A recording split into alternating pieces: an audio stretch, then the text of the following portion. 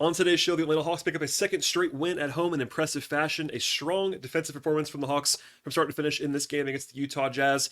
Plus, Jalen Johnson was excellent in this one, as was Kobe Bufkin off the bench and his emerging role. Quin Snyder against his old team. John Collins returned to Atlanta, and we'll get into all of that and much more coming up. You are Locked On Hawks, your daily Atlanta Hawks podcast.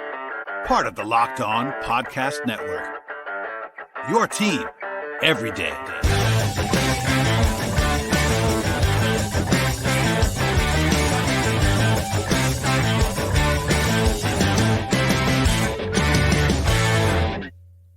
Hello, friends. Welcome to episode 1662 of the Locked On Hawks podcast. I am your host, Brad Rowland, coming to you on a Tuesday evening into Wednesday here in late February. And today's show is brought to you by the folks at FanDuel Sportsbook.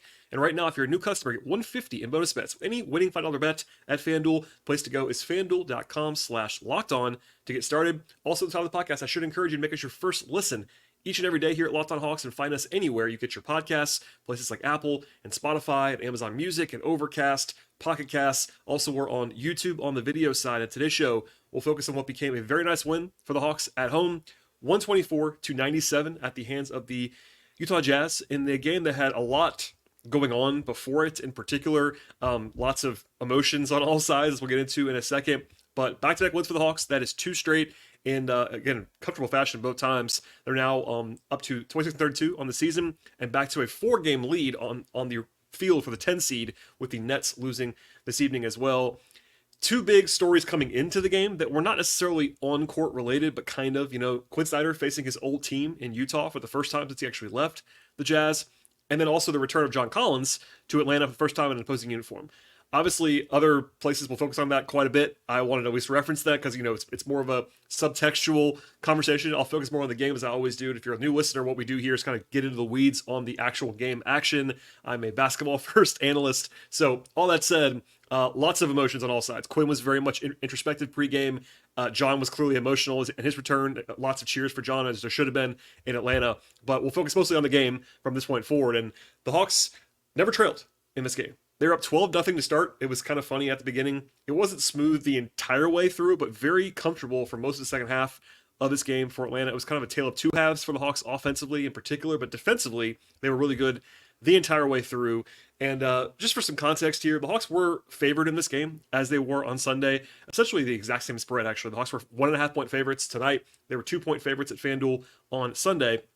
So not a surprise that they won this game, but certainly we're not, quote-unquote, supposed to win this comfortably and never trail in the game. So that's obviously a very, very encouraging performance on the whole from the Hawks. The offense was good in the second half, as we'll get into in a second. The defense was definitely the better side of the floor for the Hawks in this game on the whole. So we will start there as far as my overall breakdowns and takeaways in this game. And the Hawks had an 88 defensive rating.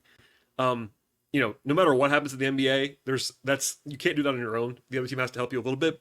And the Jazz had a comically bad start in this game that we'll talk about later on. But I'm not sure how much of that was really the Hawks defense at the beginning. The rest of the game, though, was really quite stout from the Hawks defensively. The Jazz had 37% shooting from the field in the game and 29% from three in the game. They did come into the night with a below-average offense. They're 23rd in three-point percentage with the Jazz. And the Hawks rightly packed the paint most of the night and tried to make them beat the Hawks on the outside. And they got up 38 threes to the Jazz, but only made 11 of them. I discussed in my preview at patreon.com/BTRolling in written form yesterday, but the Jazz had really poor guard play on the whole. Colin Sexton was pretty solid for the Jazz in this game, but the rest of the guards, Jordan Clarkson, Keontae George, etc., Chris Dunn, old friend, were pretty bad in this one. That played right into Atlanta's hands. Certainly have to credit the ball pressure from guys like Kobe Bufkin in this game, and the Hawks were able to kind of outsize them on the wings at times with playing Jalen Johnson and DeAndre Hunter, and that was a huge edge for Atlanta, especially in the backcourt in this game. Really only one area the Hawks struggled in this game defensively was their transition defense. That's been a trouble area all year long, so no surprise there, but that was certainly the only area where the Hawks really didn't have a whole lot of success defensively. But the half court was very solid for Atlanta in this game. Utah came into the night literally dead last in the league in ball security. They commit the most turnovers per game in the NBA, and that was a theme in this one. They had 18 turnovers in the game. I think at least 6 or 7 of them right out of the gate. They also led directly to 28 points. So not only did the Hawks force a lot of turnovers, that's obviously a lot, and it's always going to be a good thing, they took advantage of them. They converted those turnovers into buckets, into points, and that was important in this game, because that was one area where the Hawks had a very clear advantage on paper coming into the night, was forcing turnovers, because the Hawks are pretty good at that, and the Jazz are terrible at securing the ball. And not only did the Hawks just do that, they took advantage of it. That was a very important factor. Also on the glass, they were very stout in this game, thanks to the work in the front court of guys like Jalen Johnson, Bruno Fernando, and Clint Capella, and they gave up fewer than 20 free throw attempts in the game as well. I talked about a little bit on the show on Sunday. Obviously, I got asked about this a lot during the game, so I'm going to kind of just do this once. The lazy, easy, however you want, convenient narrative that you want to throw out there, of course, is that Trae Young is out, and that has quote-unquote saved the Hawks defense. And look, the results are what they are. They had 2 of their top 3 or 4 defensive games of the season on paper in these 2 games, so I get it. I'm not even judging anybody that's doing this. I get it. If you listen to my podcast for any length of time, you will already know this, but if you are a new listener, what I don't do on this podcast is just the lazy, easy narrative stuff. I always try to go a step or 2 or 3 below to give you the actual nuance and the context. That's kind of my thing. Could I probably have more downloads to this podcast if I went a little bit more hot takey? Maybe I would, but I'm not going to do that. That's not what I do. So the takes will come out always. In my view, what's actually happening here is a combination of several things, and that's an unsexy answer, but it's certainly always going to be the case. It's always a combination of factors. Number 1, the Hawks are playing 1 point guard size player at a time right now. That inherently helps your defense. No matter what, Trae and DeJounte are both excellent offensive players, but playing them both together essentially makes you, almost on its own, an offense-first team. DeJounte at the 2 is very undersized, not a good defender. Trae Young, while he's improved defensively, not a good defender. That already puts you behind the 8 ball, right?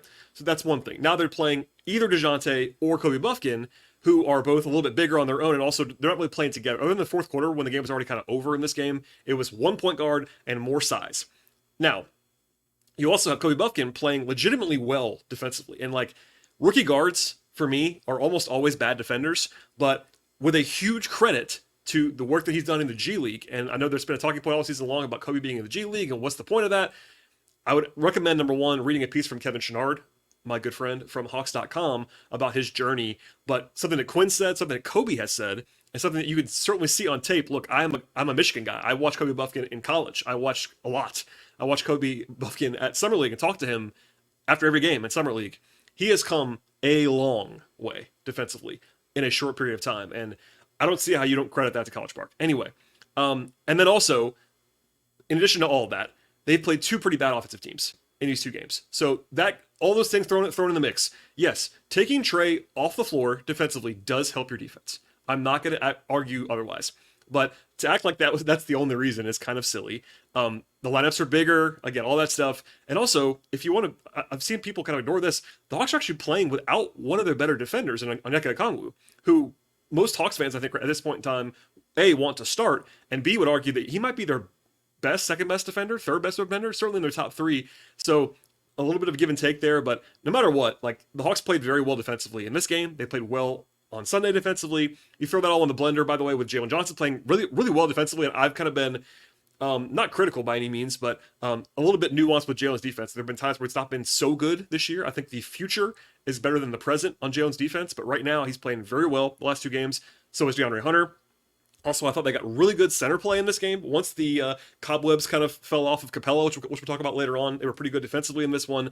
So the results are really good. There is lots of nuance here. I understand the jump, and I'm sure people that just don't watch every single Hawks game or are jumping from it's all going to be about Trae. I don't care. It is what it is. On this podcast, I'll give you the nuance and my opinion. Listen, I'm often wrong as well, so it is what it is. But it's a lot of things. Yes, Trae is not a great defender. Kobe's been playing great. They're bigger, bad offenses. It's all in the blender, but hey, at the end of the day, a lot of Hawks fans, and I don't blame you at all, they just want to know what the results are.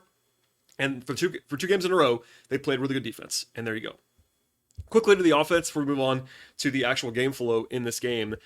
They had a good offensive game at times. It's kind of funny. They had only a 112 offensive rating in a game that they won by 27 points. That seems impossible for this Hawks team, but that actually happened. And 112 isn't great, but it was quite literally a tale of 2 halves. First half, 88 offensive rating. I said it at halftime, and people got mad at me. I wasn't nitpicking. I was just kind of telling people what was going on. At halftime, they had been bad offensively for 5 of the last 6 quarters. They had 1 good quarter offensively on Sunday, and that won them the game. They were awesome that quarter in the third quarter on Sunday. And then the first half tonight, they were bad on offense again. But fortunately, their defense was so good, and also the second half, they actually played very well on offense. They had a 132 offensive rating in the second half. So 88 in the first half, 132 in the second half. That's obviously speaks for itself. Shooting-wise, it got to be pretty good by the end of the game. That was helped by 57% from the field and 50% from three in the second half. It helps to make shots, obviously. They did have one blemish on offense in this game. It was 18 turnovers. You don't love that, especially early on, but once they settled in, it was much better. They were very active on the glass. They had 22 second chance points. That's it was actually really a team effort. Like Capella was pretty good there, as was Bruno, Jalen, Sadiq Bey. They had 22 fast break points as well. They pushed the tempo really well when they got stops, and there were a lot of stops in this game. That certainly helps your offense inherently, but good balance. I thought Jalen Johnson was the best player on the floor in this game on both sides. You know, Lauri Markkanen and DeJounte, but especially Lauri Markkanen is like probably would have been the odds-on favorite, or, you know, he's obviously an all-star this year. He wasn't great for Utah, but regardless, I thought that Jalen was pretty clearly the guy, and not just because of the plus minus, but he had a monster game, and I thought he was defensively really in control. And aside from Bufkin's breakout, like I thought Jalen played one of his best games to date. I thought he was awesome in this game. But even beyond that, good balance. They had 5 guys, 16 points or more in this one, and all 9 guys who played for the Hawks had 6 points or more. And that's not anything huge, but it was not just one dominant thing. DeJounte and Bogey had a really rough first half. They both kind of found it in the second half. Capella improved during the game. Sadiq Bey had some nice moments on the margins. Hunter had 20 points off the bench. So it was kind of a team-wide effort, and we'll get into all of that kind of later on as well when I talk about all the player stuff. But broadly speaking, put all the narrative stuff aside, this is a good performance from the Hawks. They played well on defense the entire game. Offensively, it was kind of one half not so much and one half so much, but hey, that was all they needed to do at the end of the day, and their problems are not fixed. This isn't suddenly a team that's going to challenge for the number 1 seed in the East or anything like that, but they're playing better right now, and looking ahead a little bit, the schedule's kind of manageable, and they have a chance to kind of do some stuff here. So going back to over the weekend, before I move on to the next segment, I kind of stressed on this podcast, like, hey, we don't know, but one thing the Hawks are not, and I said this on that show, is some terrible team because they don't have Trey and Onyeka. Like, it obviously makes them worse, and that is still my view, by the way, in case you were wondering. But they have more talent than some of the bottom teams in the league. Like, they still have 6 of their top 8 players. They're capable of winning games with their current roster. That's obviously very clear now after these 2 games, but even that was 2 days ago. I was talking about that then. So, we'll see where the sort of level water is at this point in time. It probably isn't going to be 20-point wins every night, but they're playing well in the last couple games, and the vibes are good, and certainly a fun night at the arena if you are a Hawks fan on this Tuesday. Okay, all that said, I'll have more on the game flow coming up in a second, and then at the end of the podcast, my thoughts on each and every player who appeared in this game for the Hawks. But first, a word from our sponsors on today's podcast. Today's show is brought to you by Nissan USA. Are you the kind of driver that likes to push things a little bit further when you are behind the wheel? Do you ever wonder what adventure could be around the next corner? Our friends at Nissan have the lineups of SUVs that you're looking for with the capabilities to take your adventure to the next level. The 2024 Nissan Rogue is perfect for city drives and also for great escapes as well. It also has class-exclusive Google built-in that is your always updating assistant to call on for almost anything. Gone are the days when you are connecting your phone, because Google Assistant, Google Maps, and Google Play Store are built right into the 12.3-inch HD touchscreen infotainment system with the Nissan Rogue, and the 2024 Rogue is perfect midsize crossover for your next big adventure. And Nissan's incredible lineup also includes the 2024 Nissan Pathfinder. It has room for up to 8. And the Pathfinder has expansive cargo capacity and advanced available 4x4 capability, and they have 284 horsepower, up to 6,000 pounds of towing. When adventure calls, the Pathfinder is there to answer that call. Take the Nissan Rogue, Nissan Pathfinder, or Nissan Armada, or go out to find your next big adventure.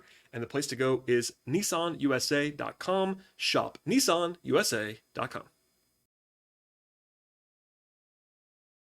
All right, and to the game flow in this one, and it was kind of a weird, hideous, strange start to this game. This is going to sound crazy if you didn't watch it in real time, but the Hawks opened this game with 4 consecutive empty possessions. They looked awful on offense. They had 3 turnovers in the first 4 trips. They almost botched the 5th one in a row before Capella cleaned it up in transition. And with all that said, they led this game 12-0 at the outset. So again, the Hawks didn't score on their first 4 possessions, and they still went on a 12-0 run to begin the game, because the Hawks scored on their next 5 possessions after that initial drought, and the Jazz opened at 0-6 from the floor with 6 turnovers. Ironically, John Collins who I referenced earlier, and I've really enjoyed covering John. John is, I would say, beloved in Atlanta, not necessarily by every fan, but people around the team, workers and organizational folks, and even fellow teammates and all that stuff. John is a very, very, very popular figure. That was very obvious tonight, and I was around for all that in the past. But anyway, he was emotional, and I think he was arguably their worst player at the start of this game. He was really bad. I'm sure he was emotionally all over the place, and that was pretty evident in this one. He was not alone, by the way, but the Jazz didn't score for almost 5 minutes, and that put the Hawks in a good position. Like, that wasn't the entire game by any means, but it helps to be up 12-0. I said this actually in real time on social media. It was weird to say. I thought the Hawks actually didn't take full advantage of that terrible start by Utah. Like, they were only up 6 like pretty soon after that, and it was like the Hawks should be up by 15, 20 points right now, and they're not. It didn't matter, but that was in real time what I was kind of putting out there. Rotationally, it was essentially the same exact group as it was on Sunday. And right now, the Hawks only have 11 players active. They have a bunch of guys in the G League, plus the injuries to Trey, Onyeka, Moget, etc. And the 2 guys who did not play at all in this game were the same guys that didn't play at all on Sunday, and that's Patty Mills and Wes Matthews. Just to do my daily PSA, I don't know what they're going to do about Trent Forrest and the roster stuff there, but put that to the side for now. So it was Hunter, Matthews, and Fernando as the first subs together, and then Kobe Bufkin as the 9th man, backup point guard to DeJounte Murray. In the second half, they did play Kobe and DeJounte a little bit together when they were up by 20 plus, but it was mostly backup point guard stuff for Kobe in this game. The Hawks scored less than a point per possession in the first half, and they were leading the entire way. Pretty crazy. Now, Bufkin did stand out in defense, as we'll talk about again later on. His screen navigation was really strong. He was hitting up the ball really the whole night long. Had a huge recovery block, actually, in transition in the first half. But offensively, it was pretty gross. I mean, Quin finally went to Jalen Johnson at center with like 5 minutes to go in the first half. He was asked about that after the game, and Quin kind of acknowledged that it was trying to juice the offense. And that was clearly, like, the Hawks, and the numbers point this out. I won't go on sort of into the rabbit hole right now, but basically, every time the Hawks go to that Jalen Johnson center lineup, they score. They have a good offense. That makes a lot of sense. You have Jalen. First of all 5 guys can shoot. All 5 guys can dribble, pass, handle, etc. And defensively is the question. And that in this game, it didn't necessarily burn them, but that's always the give and take about playing Jalen at center. But they tried that late in the first half. It worked a little bit offensively, and Jalen was really the only bright spot on offense in the first half. He had 14 points before halftime. He was initiating more than usual, I thought, especially when he was the only big on the floor. Bogey hit a 3 at the end of the half to go up by 11 points, and the Hawks, I could not believe they were up by 11 points with the way they played on offense. I said it before, but they had an 88 offensive rating in the first half and led by 11. That's crazy.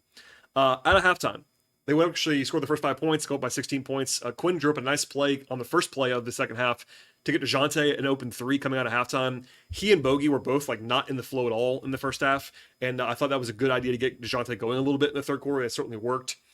There was one more run coming from Utah, a 12-3 push by the Jazz to actually get within 7. The Hawks had some ball security issues early in the third quarter, and I thought at that point they were kind of in trouble. Like not like 5-alarm fire, but they had kind of gotten this, I don't want to say gift, but Utah had been so bad at that point, and the Hawks kind of squandered it. But from there, the offense woke up, which was the difference in the game, basically, because it was a 6-point game mid third quarter. They had a nice pick and roll between DeJounte and Clint for a nice dunk. Murray had a nice drive and finish, I thought, through traffic to kind of get them out of that. And then Garrett Matthews hit a 3. And then I thought Jalen Johnson, I said it before, was the best player on the floor in this game, and I believe that. But his sequence late in the third quarter was fantastic stuff. Number one, he had a nice drive and finish, pretty normal stuff. Then he had back-to-back defensive rebounds. He pushed one of them, drove, and found Hunter for an easy bucket on a nice drop-off pass. And then he threw a lob to Bruno Fernando in transition, all within like 2 minutes. He was just doing the all-court dominant thing that he's capable of doing. He's not quite to the point where he's doing it all the time, but he's certainly showing those flashes regularly. He was really good in this game. That was a key part of a 17-2 run that basically ended the game.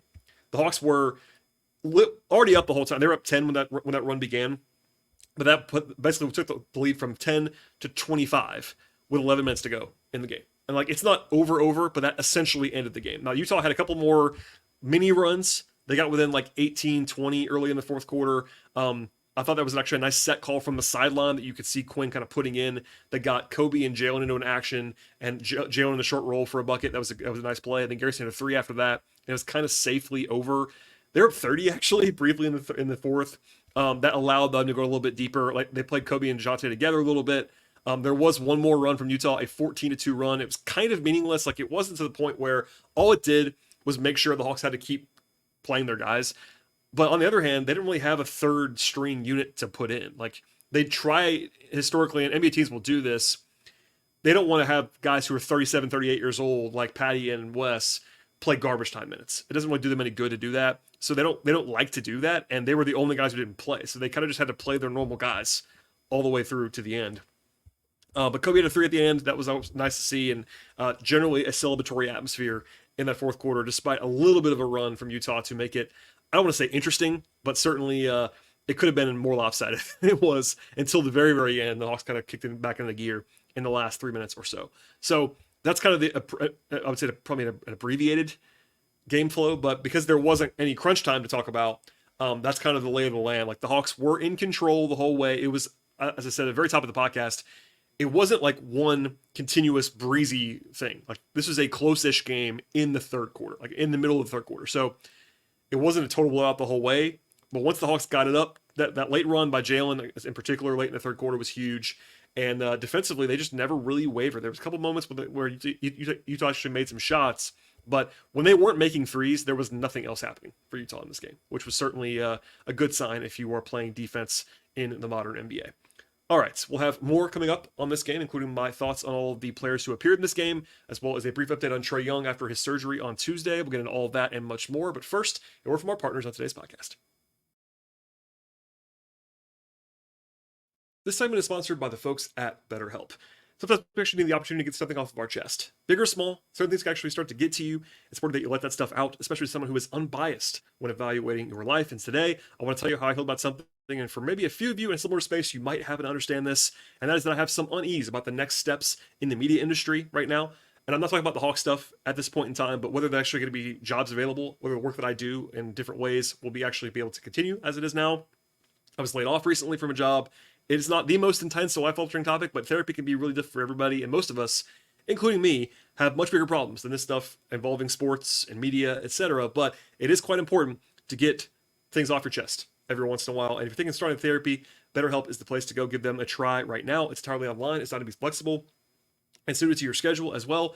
And the place to visit is betterhelp.com/LockedOnNBA to get 10% off your first month with BetterHelp. That is betterhelp.com/LockedOnNBA. One more time, the place to go is BetterHelp, HELP.com/LockedOnNBA.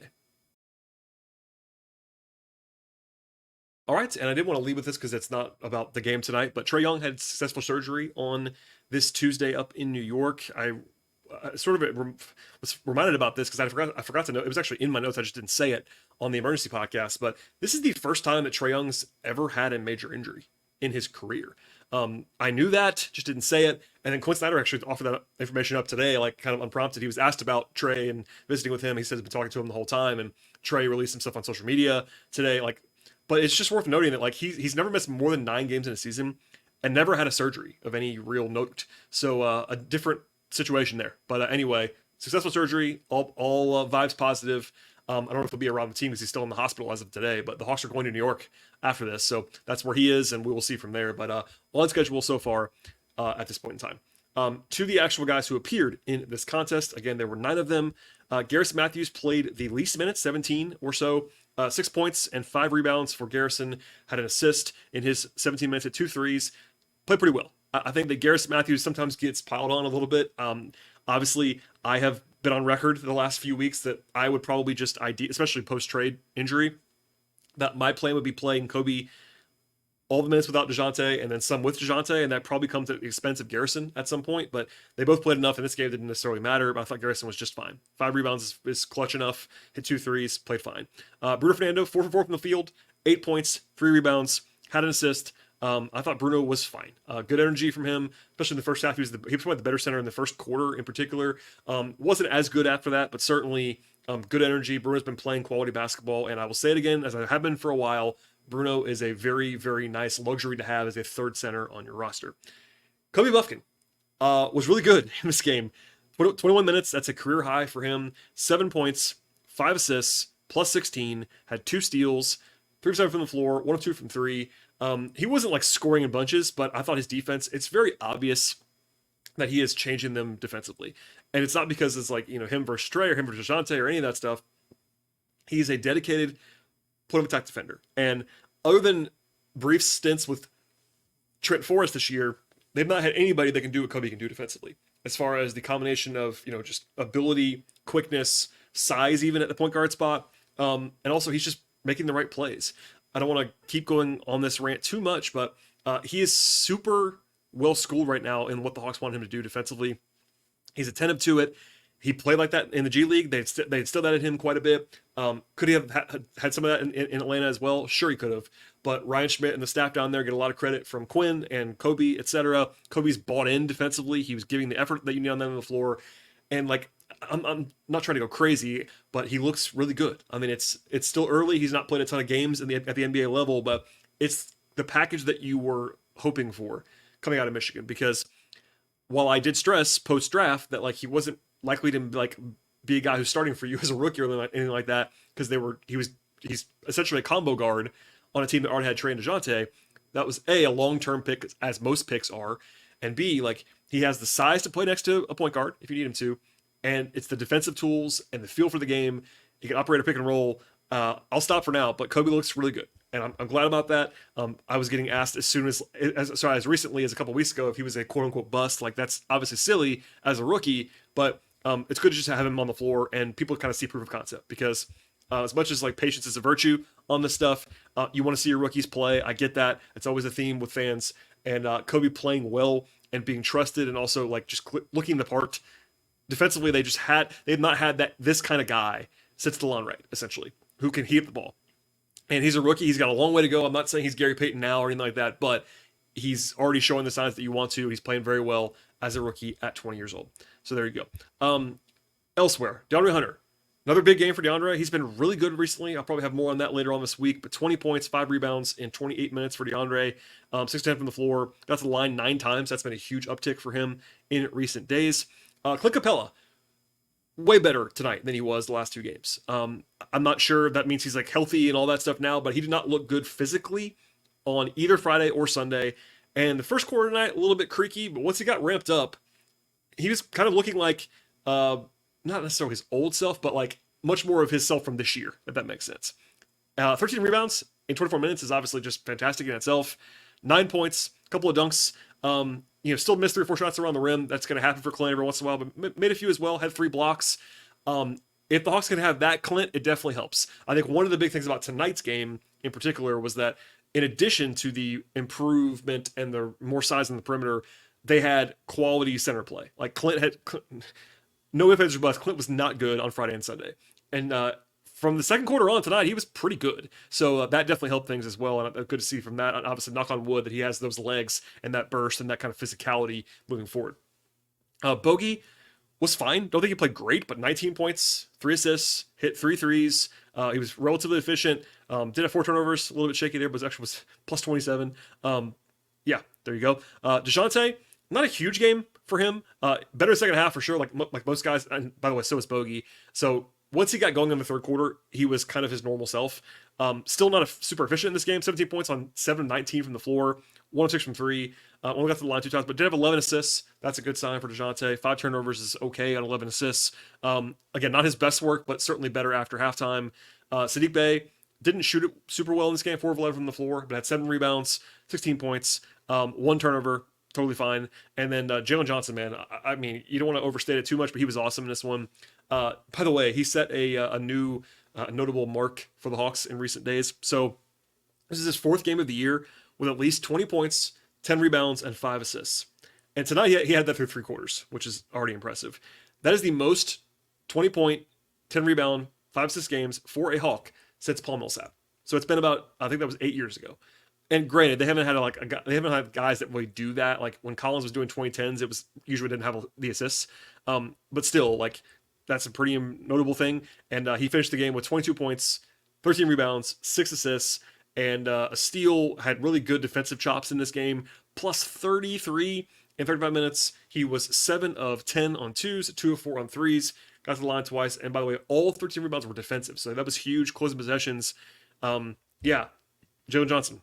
very good, and Quin obviously a building block in the future, as if anybody didn't know that already. That's obviously pretty clear at this point in time, but I thought he was, just one more time, the best player on the court in this game on both sides, in a game that featured a former All-Star in DeJounte and a current All-Star in Lauri Markkanen, and Jalen was the best player on the floor in this game. So there you go. From here, the Hawks have a 3-game road trip to New York City. I was actually talking to someone who would know, who's been around the NBA for a long time. I think this is probably the longest the Hawks have ever been in a single city during a season in my lifetime that was not Atlanta.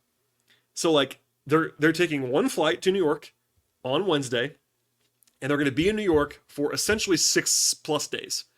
That's very rare. It's because of the schedule. So the Hawks play the Nets on Thursday and Saturday in Brooklyn, and then they play the Knicks on Tuesday.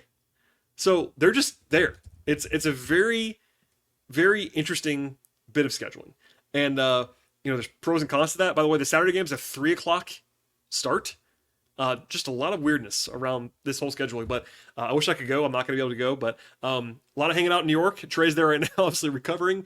I'm sure they'll have a practice or two, and the Hawks could always use a practice or two. They don't practice very often, but dynamics in play there. Also, the Nets lost tonight,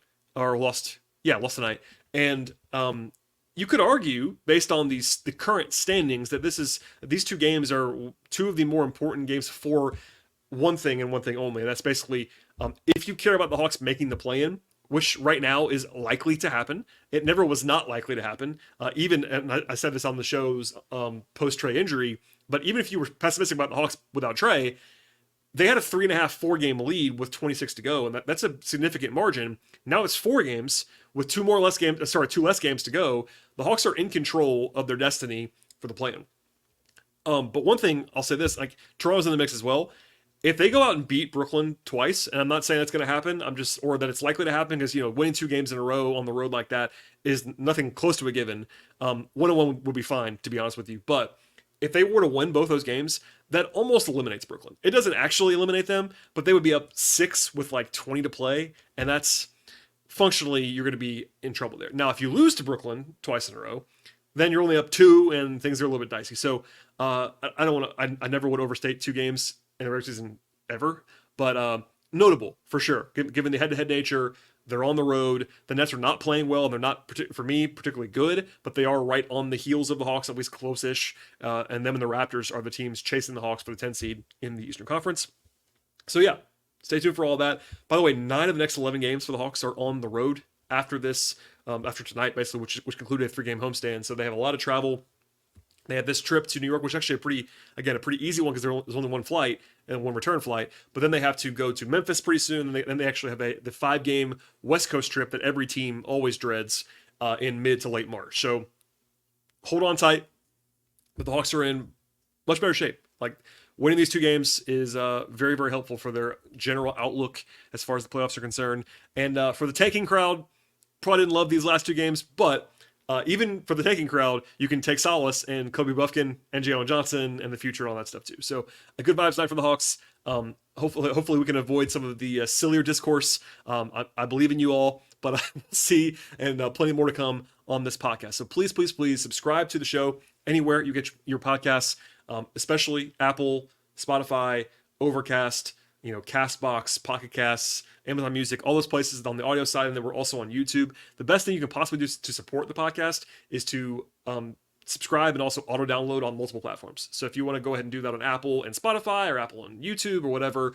likes, ratings, reviews, shares, please tell your friends about the podcast as well. That's a huge thing, either on social media, where you can find us on Twitter at Locked On Hawks. You can find me there as well at BT Rowland. But tell a friend in your life, tell a friend on social media about this podcast. Hopefully we'll find it in the near future. Also, I write about the Hawks on a regular basis at patreon.com/BT Rowland. I'm doing some more stuff on there. I appreciate everybody jumping on and supporting that endeavor as well. So all that said, I will be done rambling on this Tuesday. We'll have a show at the very least after the game on Thursday, but certainly could have something in between there. So stay tuned, subscribe to the podcast, and we'll see you all next time.